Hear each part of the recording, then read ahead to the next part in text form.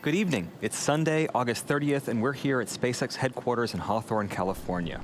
You're looking at a live view of the Falcon 9 rocket as it awaits its 7:18 p.m. Eastern Time launch from Cape Canaveral Air Force Station in Florida. My name is Michael Andrews, and I'm a supply chain supervisor here at SpaceX. For tonight's mission, we'll be placing the SAOCOM 1B Earth observation satellite into a low-Earth sun-synchronous orbit for the National Commission of Space Activities of Argentina, known as CONAI. Now, it's the second and final satellite of our SAOCOM constellation. If you recall, SpaceX launched the first satellite, SAOCOM 1A, back in October 2018 from Vandenberg Air Force Base in Florida. The satellite's main goal is to gather soil moisture information. The data provided by SAOCOM helps increase productivity and competitiveness of sectors like agriculture by generating, for example, risk maps that can help control crop diseases, by implementing efficient fertilizer systems, and for early flood warnings. The two SAOCOM satellites will work in partnership with Italy's Cosmo SkyMed constellation. All the satellites will work together to provide Earth imaging. Each SAOCOM satellite can acquire about 225 images every day. We also have two smaller rideshare satellites on board, Tyvak-0172 and the GNOMES-1 small sat for PlanetiQ. Now, PlanetiQ designs, builds, launches, and operates one of the most advanced constellations of radio occultation weather forecasting satellites. Radio occultation is a technology that measures and analyzes the signals generated by GPS satellites to determine weather data, such as pressure, temperature, and water vapor. This data is used in weather forecast models to greatly improve the accuracy and extend the range of those weather predictions. Now, tonight's launch is an especially exciting one. It's SpaceX's first polar orbit from the East Coast. A polar orbit is one in which satellites pass above the North and South poles as opposed to the equator. This is the first polar trajectory since the late 1960s flown out of Cape Canaveral. SpaceX worked closely with the Air Force and the FAA to create a trajectory that meets the necessary safety requirements for flight. Falcon 9's autonomous flight termination system, its exceptional reliability, and its improved performance over heritage launch vehicles is a key factor in why SpaceX is able to meet the unique performance and safety challenges of launching this polar mission safely from the Cape while still delivering the payload to its desired orbit. Due to the flight path tonight, people along the eastern coast of Florida, including Miami, may be able to see Falcon 9 as it launches to space, as well as our second stage burn following stage separation, and maybe even the first stage boost back burn as it makes its way back to Earth for landing. And because of the time of the day of launch, about 30 minutes before sunset, we might get nice illuminations of the contrails if clouds aren't in the way. Now let's take a look at Falcon 9 out on the pad at the Cape. Good evening. My name is Andy Tran, and I'm a production supervisor here at SpaceX. We're looking at a live view of Falcon 9, our 70-meter, two-stage liquid fueled launch vehicle as it sits at Cape Canaveral. The bottom two-thirds of the vehicle is the first stage. Its objective is to accelerate the vehicle through the Earth's atmosphere and then separate from the rest of the rocket. For today's mission, it's going to be the fourth flight for this particular first stage booster. It previously supported two cargo resupply missions, CRS-19 and 20, as well as our 9th Starlink launch in June of this year. Like its previous missions, we are going to be attempting to recover this booster, but this time back at land on Landing Zone 1. Now, after the first stage separates, the second stage will then carry the SAOCOM 1B and our two rideshare satellites to a sun-synchronous orbit. Sun-synchronous orbits travel over the Earth's poles as the planet rotates underneath, with the satellite passing over a particular section of the Earth at the same time each day. This type of orbit also provides a constant amount of sunlight, making them especially good for imaging satellites like the ones we have on board tonight. At the top of the rocket, you'll notice a large nose cone. This is called the satellite fairing. It's a composite structure and protects the rocket from the forces of ascent and also houses our payloads. Once the vehicle is outside of the Earth's atmosphere, the fairing will separate to expose the satellites into space. For tonight's mission, both fairing halves are brand new. We only have one recovery ship supporting today's mission, Miss Chief, you can see on screen right now. So we won't be able to attempt to catch these fairing halves, but rather try to scoop them out of the water once they land. The other recovery vessel, Miss Tree, was positioned to support today's Starlink mission, which has now been rescheduled for later on this week. And finally, the large truss structure next to Falcon 9 is called the Transporter Erector, or TE. The TE's job is to roll Falcon 9 out to the launch pad, raise it to a vertical launch position, and also route power, fluids, and communication to the rocket and satellite. Falcon 9 rolled out to the pad with the payload on Friday evening and went vertical yesterday at 2 p.m. Eastern Local Time. The SpaceX chief engineer held a technical poll at T-minus 1 hour, and our launch director held a propellant load and launch go, no-go poll at T-minus 38 minutes. If we do have to call a hold on today's launch for any reason, we do have a backup opportunity tomorrow, same time, pending range acceptance. In terms of fuel, Falcon 9 began loading propellants at T-minus 35 minutes, and that process is still currently underway. Falcon 9 uses a refined form of kerosene called RP1, Rocket Propellant 1, for its fuel, and superchilled liquid oxygen, known as LOX, for the oxidizer. Currently, RP1 is nearly fully loaded on the first stage, about 36,000 gallons, and the second stage is fully fueled at about 9,600 gallons. Liquid oxygen, though, it's still loading on both stages. In terms of helium, we've also begun to load helium into Falcon 9. The vehicle uses helium gas as a pressurant and helps push the RP1 and LOX through the Merlin engines. Think of like your car, gravity keeps all the fuel at the bottom. We don't have that luxury in zero gravity, so the helium pushes that fuel to our engine's turbopumps. And then at T-minus 7 minutes, our engine chill process will begin. This is where we allow a small amount of the super chilled LOX to flow into the Merlin engine's turbopumps prior to the full flow of LOX into the vehicle. This helps us avoid any kind of thermal shocks to the system. That LOX is negative 338 degrees Fahrenheit after all. Finally, the transporter erector will retract away from the rocket slightly at around T-minus 4.5 minutes, and this provides enough clearance for Falcon 9 to lift off. The vehicle is healthy, and we, the folks in Mission Control, are currently working no issues on the rocket. In terms of the payload, at T-minus 15 minutes, the SAOCOM 1B satellite finished transitioning from external to internal power. Our two rideshare small sats were already on internal power before the countdown began. It's been a busy weekend at the Cape with a lot of launch opportunities, but the range is approving us and accepting this launch attempt. But weather, let's talk about weather. We know that it did postpone our Starlink launch earlier today, and it does have a real chance of doing that again for this mission. There are a lot of storm cells being generated in Central Florida, and they're heading east towards the Cape. We're still monitoring that situation, and we probably will down to the last minute. But barring weather, all systems continue to be go for a liftoff at 7:18 p.m. Eastern Time. Tonight's launch is of the SAOCOM 1B satellite for our customer CONAI, the government of Argentina's National Civilian Space Agency. SAOCOM 1B is part of a two-satellite system that will use a radar technology known as synthetic aperture radar, or SAR, to monitor the Earth. As we mentioned earlier in the webcast, SpaceX launched the first of these satellites, SAOCOM 1A, in the fall of 2018. With the launch coming up in just about T-minus 6 minutes and 30 seconds, let's take a closer look at the capabilities of the SAOCOM 1B satellite.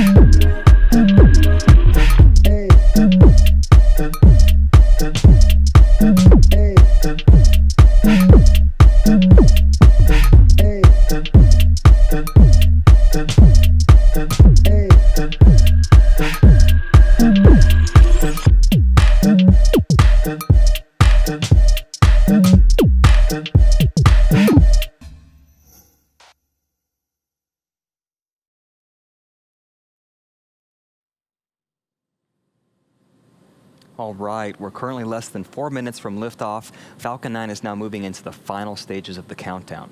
The vehicle remains in good health, but the weather is actually now go. The status has changed last minute. In terms of fuel, the first and second stages are now fully fueled with RP1. LOX loading will continue for the next few minutes. And also one thing you'll hear 1 minute before liftoff, you'll hear the announcement that Falcon 9 is in startup mode. This means that the rocket's own internal computers are now autonomously controlling the launch countdown. The SAOCOM 1B payload continues to be healthy. The Falcon 9 team is tracking no issues on the rocket. Weather has just recently opened up and is looking good, and the range is green for launch. As a reminder, if we don't launch today, we do have that backup opportunity tomorrow, pending range acceptance at 7:19 p.m. Eastern local time. And with just under 3 minutes to go before launch, let's listen in to the final countdown prior to liftoff.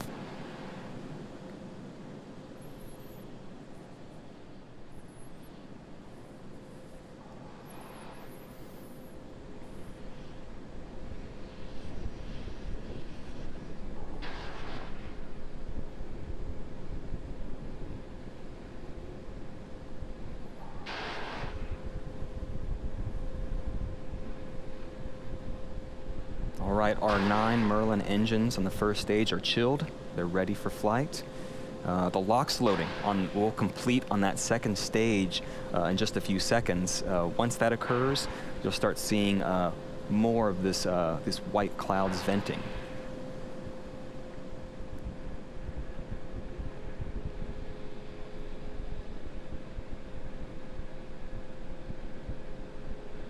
Stage 2 LOX closed out.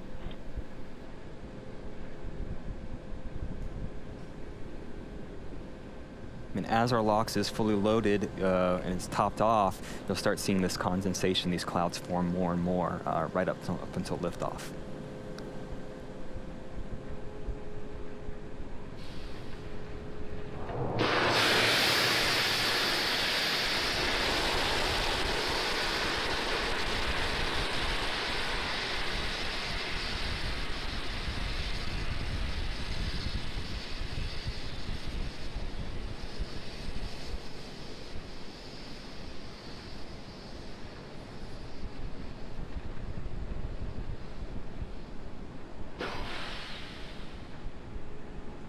Falcon 9's in startup. All right, we have entered startup mode. Falcon 9 has taken over the remainder of the countdown. We're just waiting for the go for launch callouts.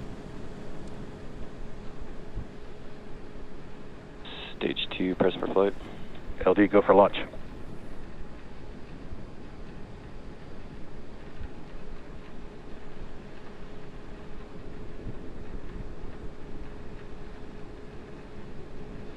T-minus 30 seconds.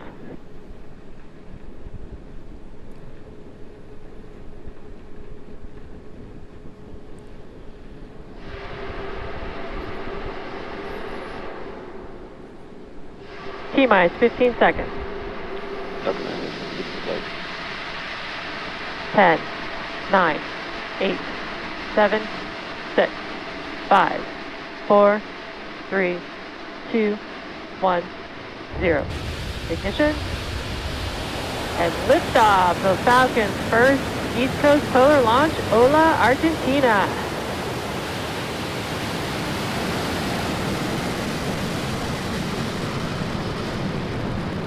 Stage 1 course nominal.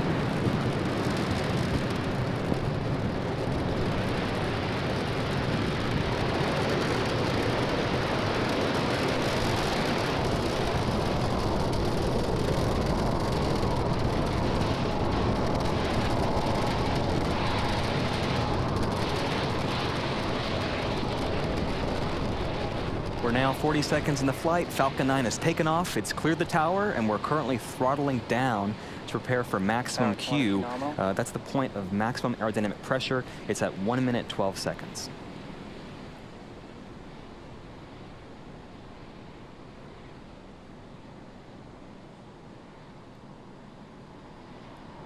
Vehicle is supersonic.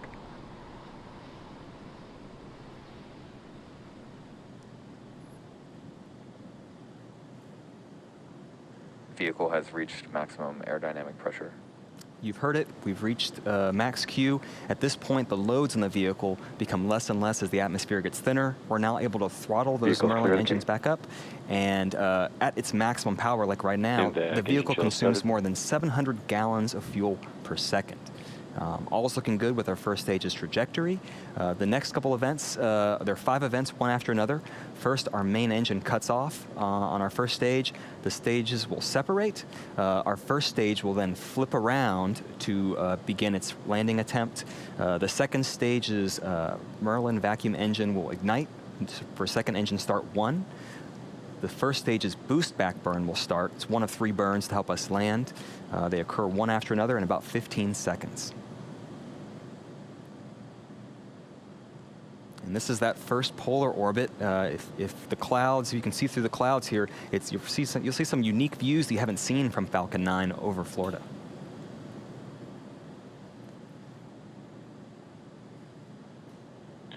And we have Miko. Stage separation confirmed.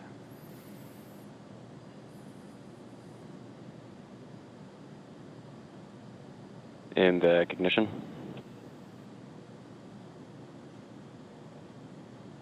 All right, all of those events happen successfully one after another. This Stage boost 1 back back burn, it'll last about 40 seconds. And so you see it on the left-hand side of the screen. On the right-hand side, you will see our second stage carrying those 3 satellites to orbit. And coming up next in about 20 seconds, that boost back burn will end, and then we'll have our fairing deployment.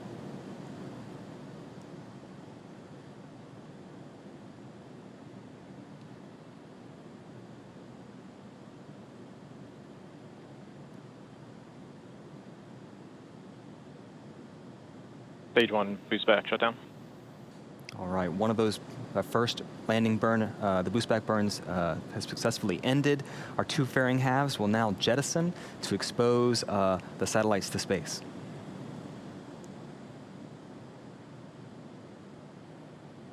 And you see the first stage is already being turned around, and you can see the nitrogen from our attitude control system helping guide it back. Fairing separation confirmed. There you see our 2 fairing Acquisition halves signal, Bermuda. have jettisoned. You can even see them in the background there on our MVAC engine, and you can see them from land too. It'll take us some time to get those to come back down. We'll keep you posted on the update.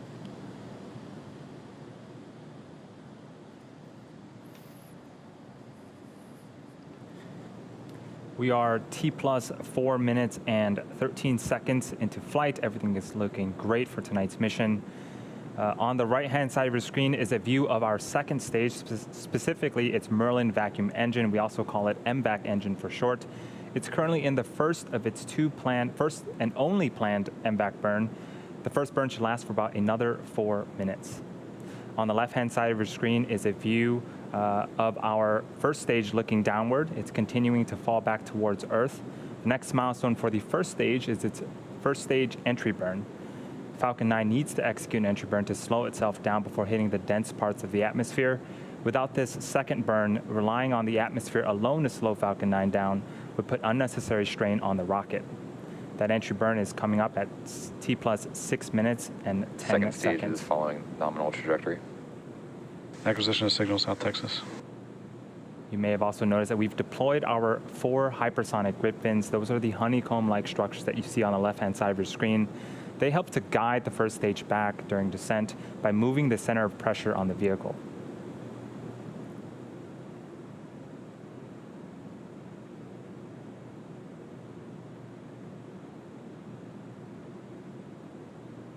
Again, those bursts of gas are nitrogen. It's absolutely normal, and those help to orient the rocket during its descent back towards Earth.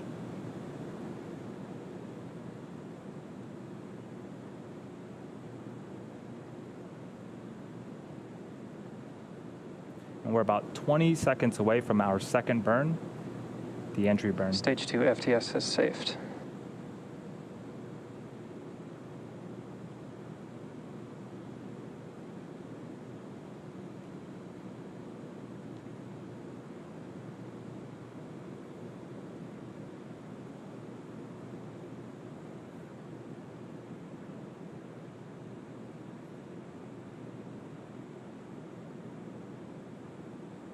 Stage 1 entry burn startup. And 3 Merlin engines have relit and are currently slowing the first stage down before it hits those dense parts of the atmosphere.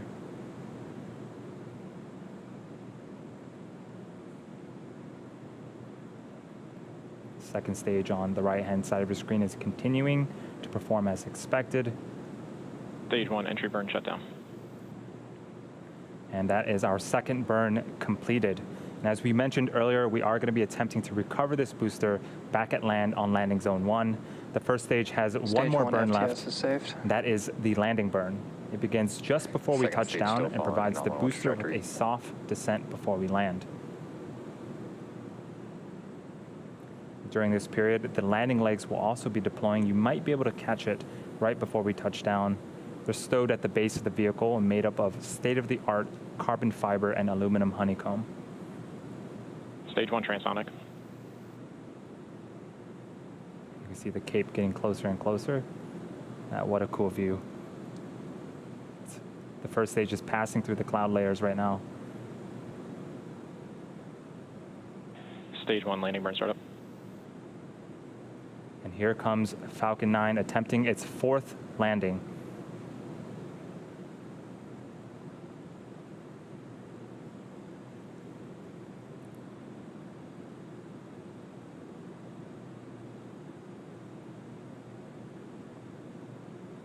Stage 1 landing leg deploy.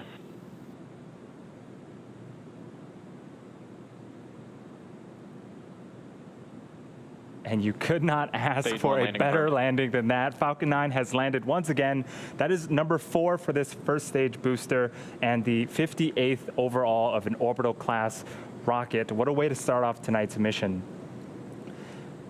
The second stage and our primary mission are still continuing and remain healthy. The next milestone for the second stage is second engine cutoff 1, also known as SAOCOM, and that is coming up at T plus 10 minutes and 5 seconds. During second engine cutoff 1, we'll be shutting down the second stage's MVAC engine. And as we approach this period, we'll be listening very closely for 2 callouts: verification of SAOCOM and then confirmation of a good orbital insertion. Both are going to be critical to ensuring that we deliver all 3 payloads to their intended orbits tonight.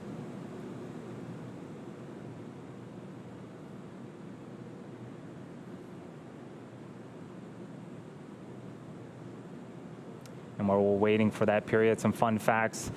The engine you see on screen can produce over 200,000 pounds of thrust.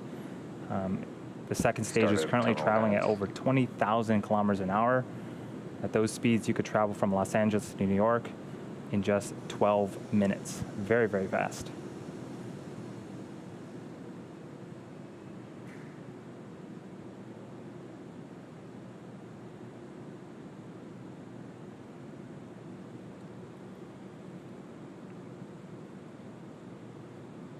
We're about 20 seconds away from second engine cutoff 1.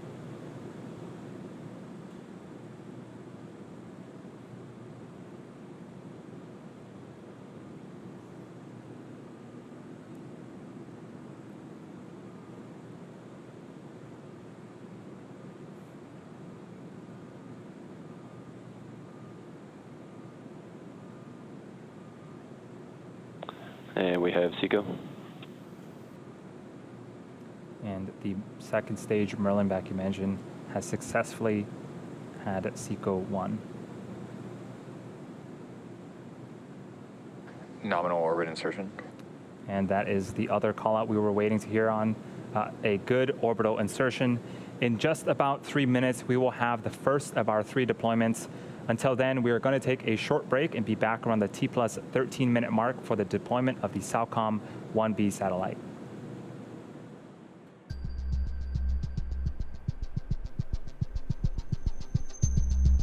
Also signal Bermuda as expected.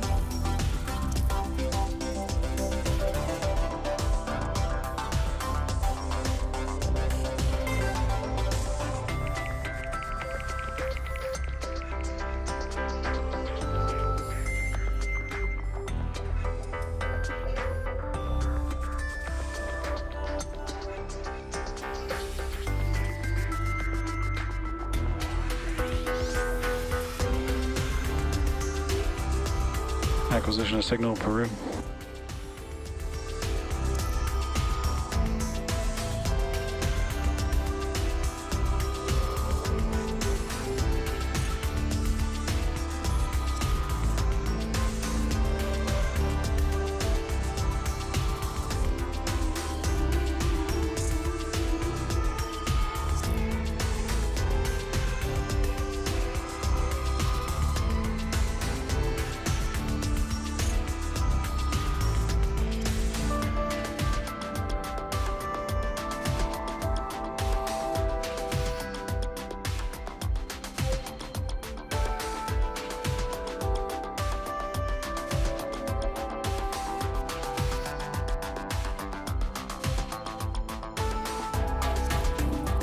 Well, welcome back from our mini coast phase. For those of you just joining us, we successfully launched our Falcon 9 rocket from Cape Canaveral on a polar orbit trajectory.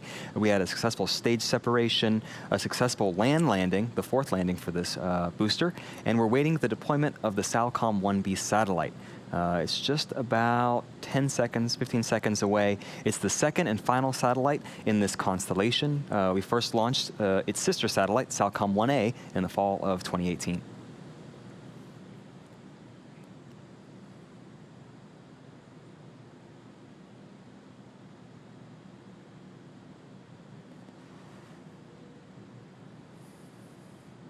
SAOCOM separation confirmed. All right, you've seen it, we heard it.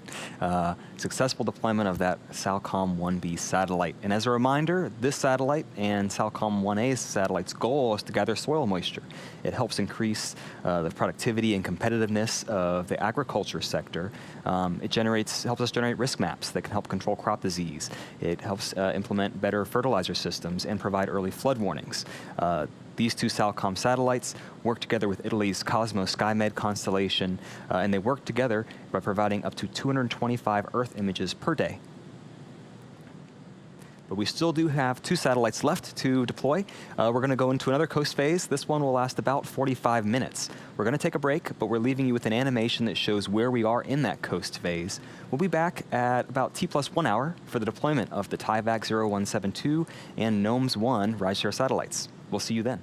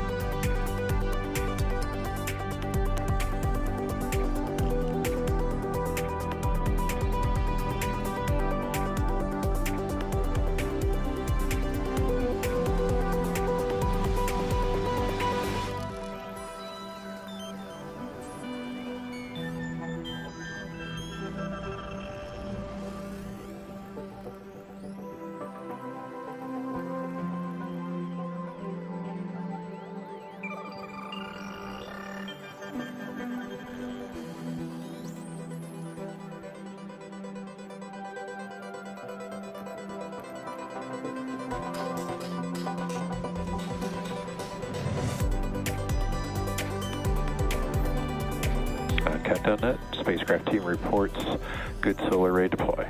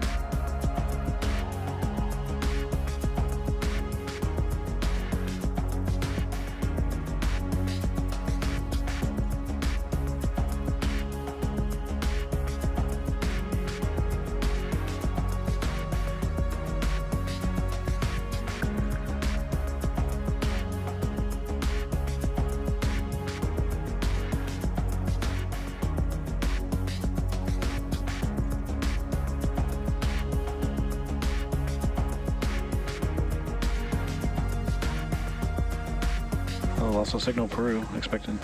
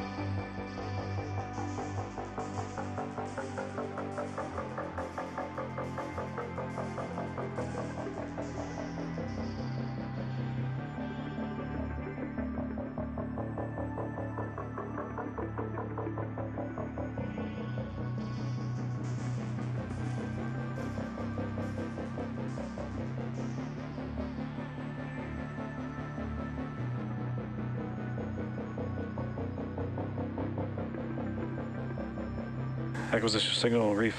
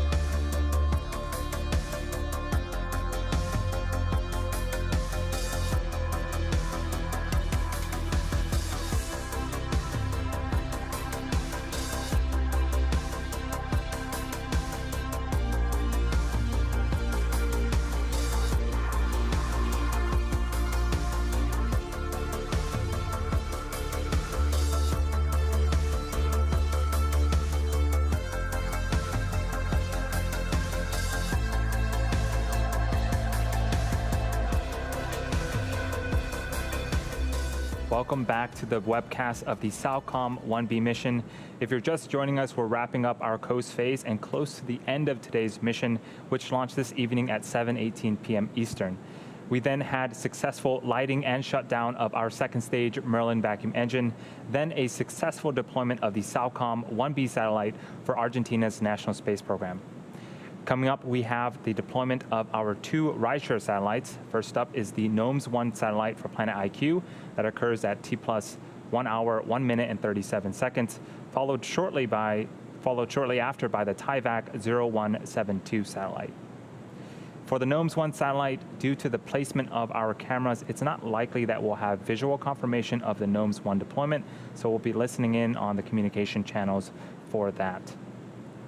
And a little bit more about PlanetiQ.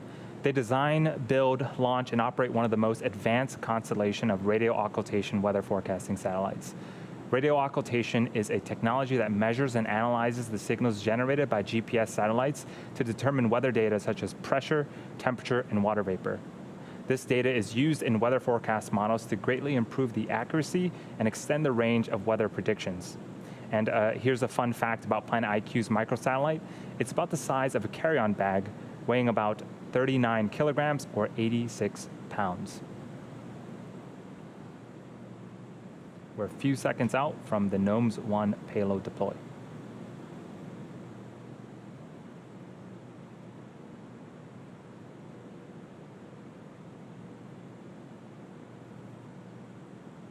PlanetiQ separation confirmed. And we did get confirmation that the GNOMES-1 satellite did successfully separate. We're now waiting on our final deployment today, and that is of the Tyvak-0172 satellite. And for this one, we should be able to see the deployment.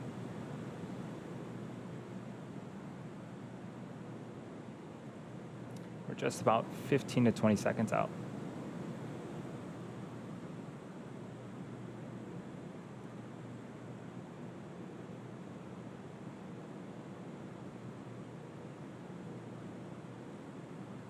Tyvak separation confirmed.